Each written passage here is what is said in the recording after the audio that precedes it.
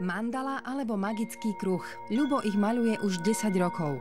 Podľa dátumu narodenia vie vytvoriť aj vašu osobnú mandalu.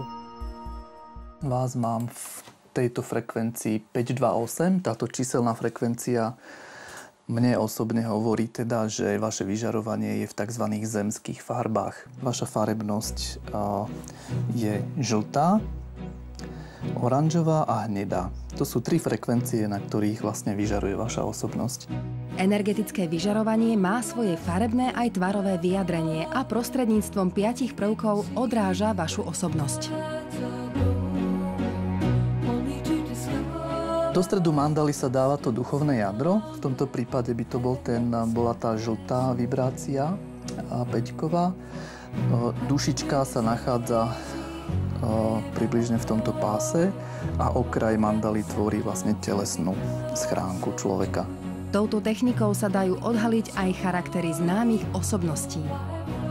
Vľavo máme Naomi Campbell, osobnú mandalu. V strede je slávny futbalista Lionel Messi a napravo Serena Williamsová, tenistka. A keby sem napríklad prišla Serena Williamsová, tak s veľkou pravdepodobnosťou by si vybrala práve túto mandalu, tú svoju vpravo, pretože tá je naladená na jej vyžarovanie. Jeho obľúbenou speváčkou je Madonna. Ona vyžaruje v takých ohnivo-rúžových farbách s tým, že má k dispozícii veľmi veľa zlata. Madonna je skvelá vo vyjadrení toho kovového prvku zlatého, a ten symbolizuje showbiznis. Čo je možno zaujímavé pre porovnanie, tak presne tú istú kombináciu má aj náš pán premiér. A čo mandaly iných vysokých štátnikov? Tam z toho porovnania astrologického vychádza, že pán prezident má rovnakú vibráciu alebo vyžarovanie rovnaké ako kráľovná Alžbeta II v Anglicku. U nej je veľmi viditeľný taký ten charitatívny rozmer a starostlivosť od tých svojich poddaných a veľmi podobné kvality má teda aj náš prezident. Mandaly vraj dokážu podporiť aj konkrétne želanie, ako je zlepšiť partnerský alebo rodinný život, priniesť peniaze či novú prácu. Na podporu vášne a sexuality si ju treba zavesiť nad posteľ. Väčšinou toto je určené pre partnerov, ktorí sú dlhšie spolu a nejako sú už dlhšie spolu.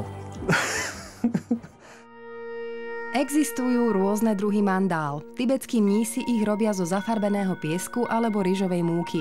Obrazcami a symbolmi vyjadrujú svoje videnie sveta, prírodných síl či božstiev a hneď po dokončení svoj obraz zničia. Ľubová piesková mandala na dvore má iný význam.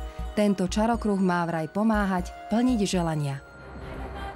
Potrebujete sa len trošku stíšiť, byť v strede a samozrejme trošku upravíme ten piesok, pretože to je ako keď má človek čistú hlavu. Stíšim v hlave všetky myšlienky, tak aby ste to vydržali aspoň minútu bez myšlienok a potom do toho ticha vyslovíte želanie potichučky a zase minútu vydržíte bez myšlienok.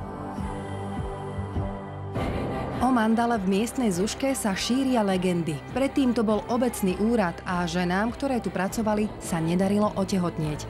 To sa zmenilo, keď na stenu namaľoval tento obraz. Všetkým sa to podarilo. Mali sme tu už aj zo pár návštev, že špeciálne prišli sa pozrieť len na túto mandalu. Teraz je riaditeľka na základnej umeleckej škole moja manželka. Takže naozaj funguje tá mandala.